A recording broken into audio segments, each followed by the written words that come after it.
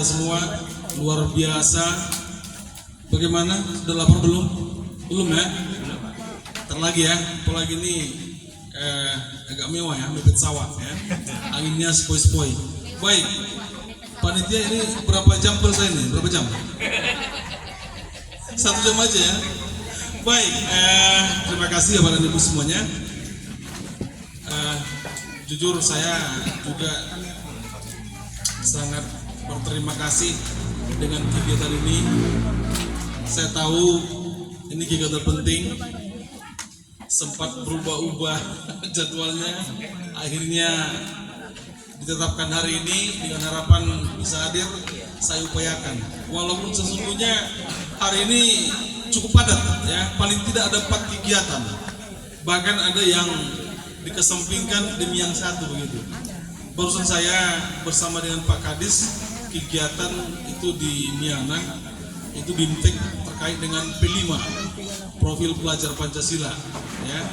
Harusnya tadi pagi bro monitoring ANBK, tapi karena jam 8 lewat Pak Kadis sudah standby, saya pun harus ngikut gitu ya. Bahkan setelah ini makin ada lagi rapat dinas ya, masalah champion kita harus hadir, luar biasa. Tapi sekali lagi saya pribadi menganggap pertemuan ini sangat penting, apalagi ini kalau nggak salah ini mana Pak Arun? Ini pertemuan pertama pasca pelantikan, betul? Ya, saya menganggap pertemuan seperti ini sangat penting. Bukan untuk rekreasinya ya, tapi paling tidak untuk peningkatan kompetensinya ya. Kan sering dikatakan pertemuan rapat itu adalah ibarat nadi bagi sebuah organisasi. Silakan ya, di situ kita berdiskusi, sharing dan segala galanya ya. Jadi saya anggap ini pertemuan yang sangat penting. Yang kedua, Bapak Ibu, belum lama, barangkali belum seminggu, kan ada perubahan ya. Sekarang apa nama kementerian kita Bapak Ibu? Kementerian Dasar Pendidikan dan Menengah. Orang pendidikan harus update loh. Iya. Sekarang nama kementerian kita itu, kalau kemarin apa namanya? Kemendikbud Ristek RI. Dikbud Ristek RI 3 loh. Ya. Sekarang 1, tapi kementeriannya di 3 ya. Kita hanya di 1 kementerian, yaitu pendidikan dasar dan menengah. Tinggi tersendiri, kebudayaan tersendiri. Terus kenapa? Pastilah ada konsekuensinya ya. Pasti nanti ke daerah, provinsi, kabupaten, kota ada penyesuaian. Dan yang paling penting terkait dengan kebijakan ya. Kebijakan.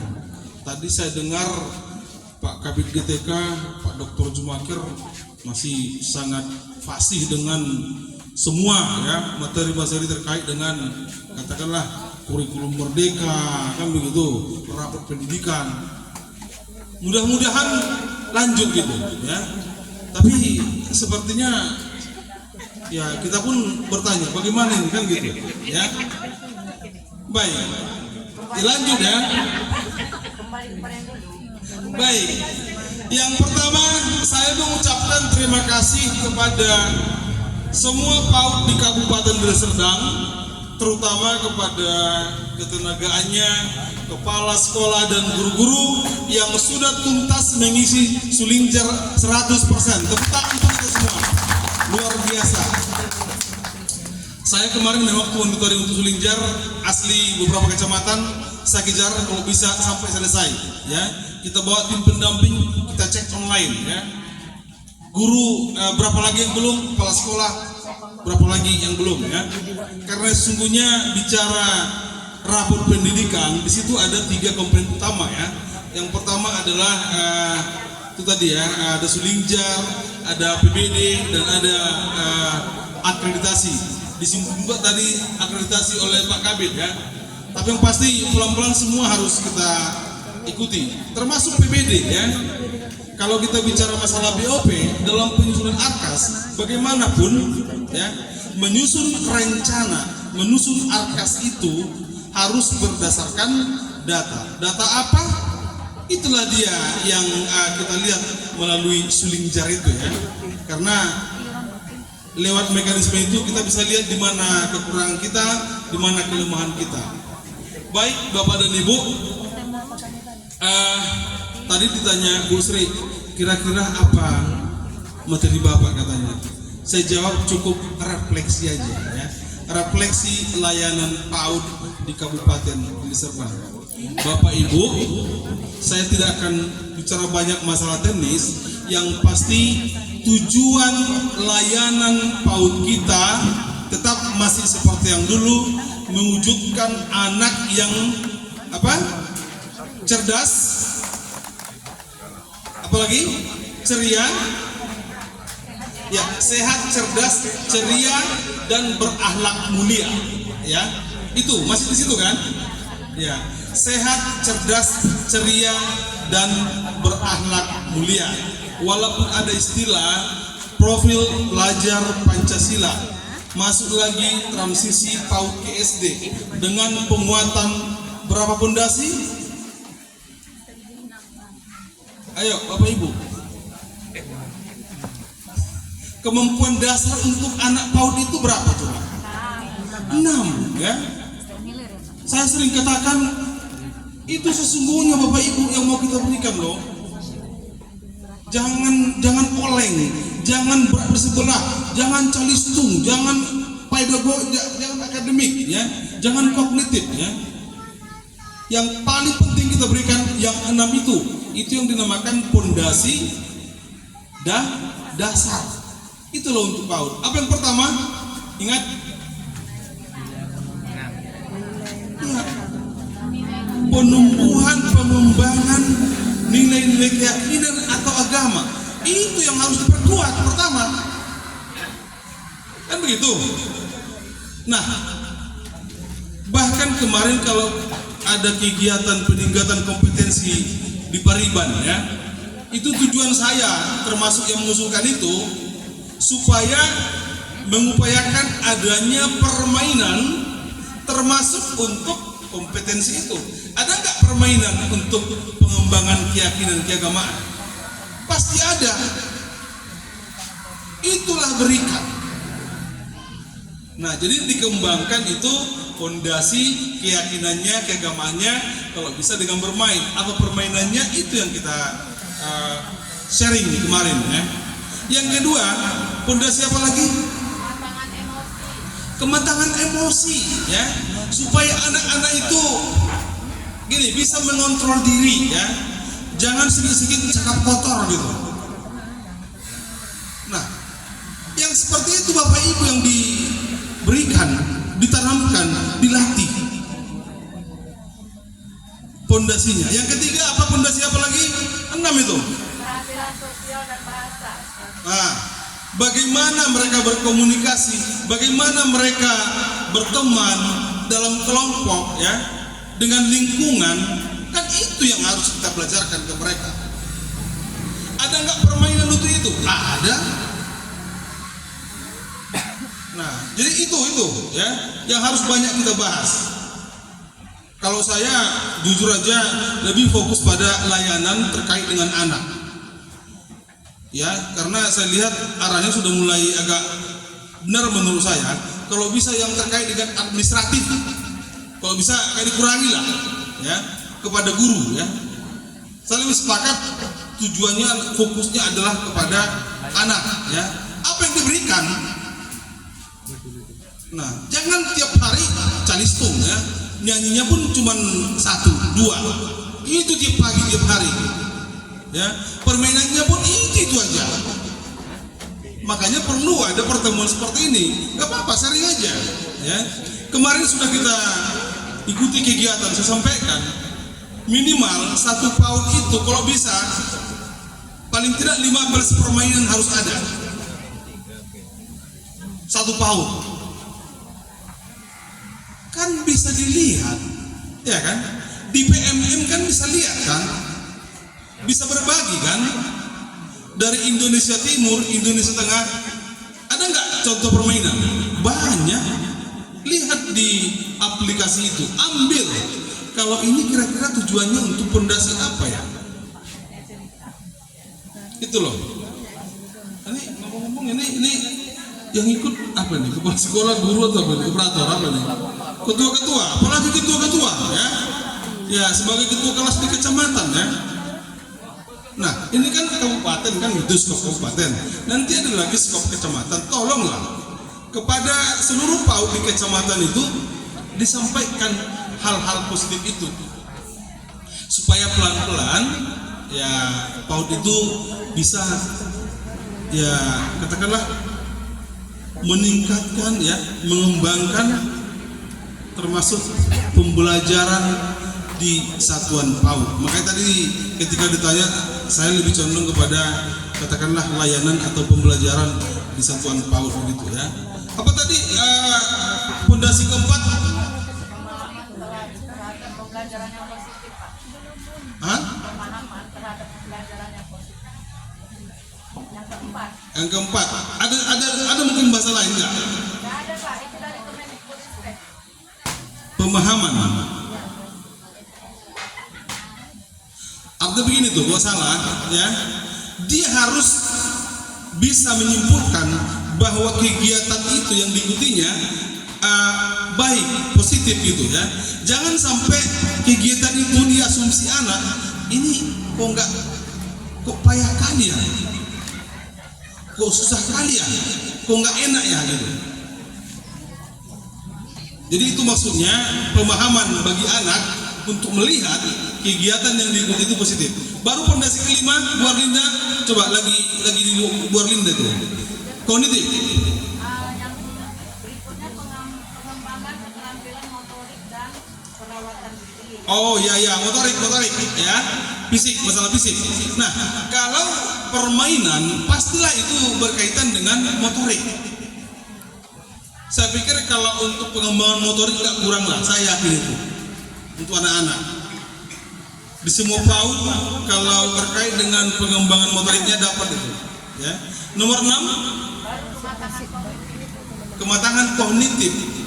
Di situ dia kemampuan akademisnya, di situ dia calistungnya. Jadi Bapak Ibu, calistung itu hanya 1 dari 6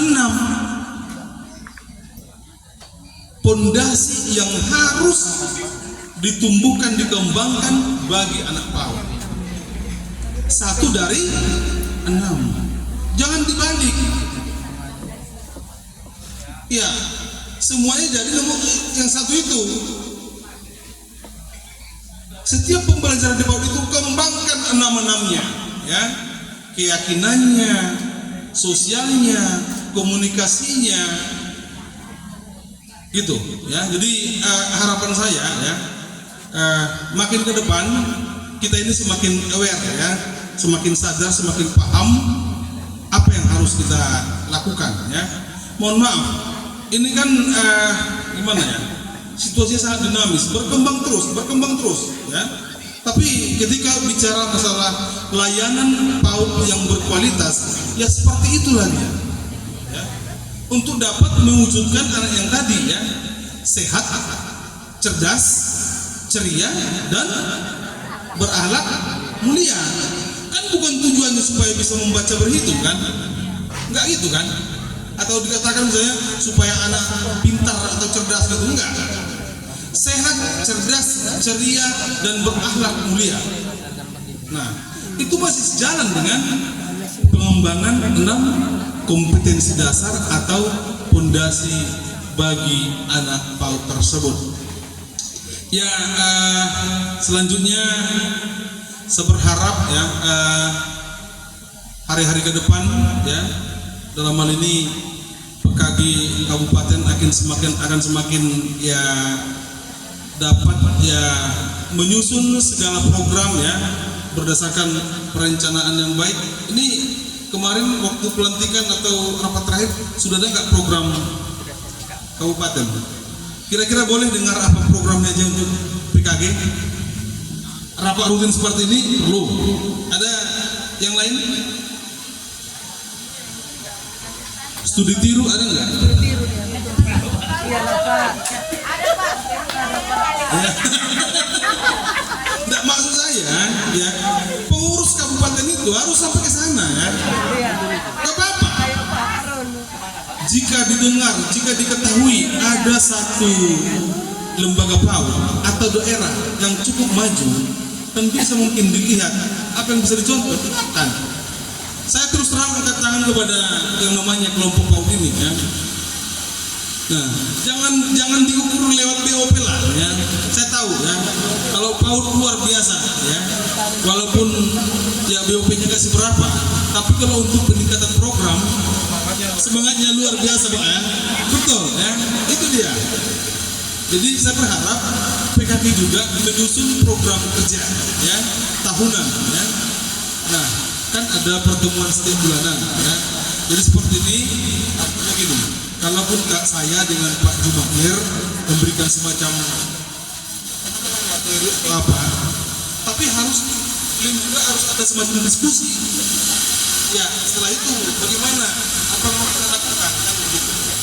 Bahkan kalau PKK ada usulan dan memang itu sangat prioritas, begitu juga kepada dinas, kenapa buat aja? Juga saya sampaikan kepada pimpinan.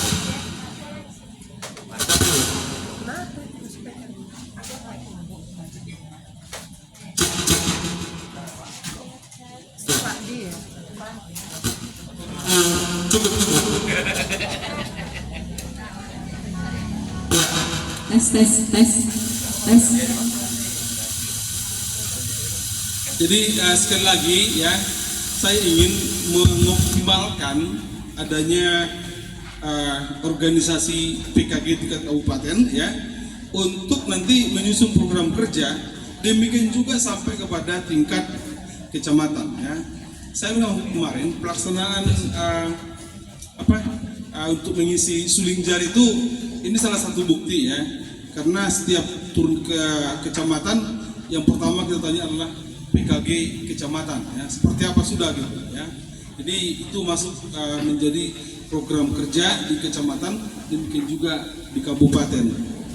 Bapak dan Ibu, saya pikir tidak banyak lagi yang ingin saya sampaikan, cukup sekian saja. Nanti kalau ada yang mau disampaikan secara khusus boleh di WA atau boleh nanti di pertanyakan secara khusus, atau ada ini saya sudah jawabnya. Nanti aja ya. Oke, baik, saya pikir demikian saja. Terima kasih untuk kita semua. Mudah-mudahan kegiatan ini berlangsung dengan baik dari awal sampai selesai. Mohon maaf jika ada yang kurang berkenan. Sekian dan terima kasih. Selamat siang.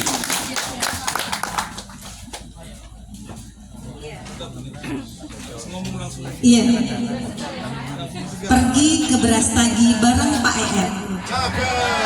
Pulangnya alhamdulillah dikasih tas. Itulah refleksi dari Pak Kabid PAUD PNF bahwa layanan PAUD di Deli Serdang harus berkualitas.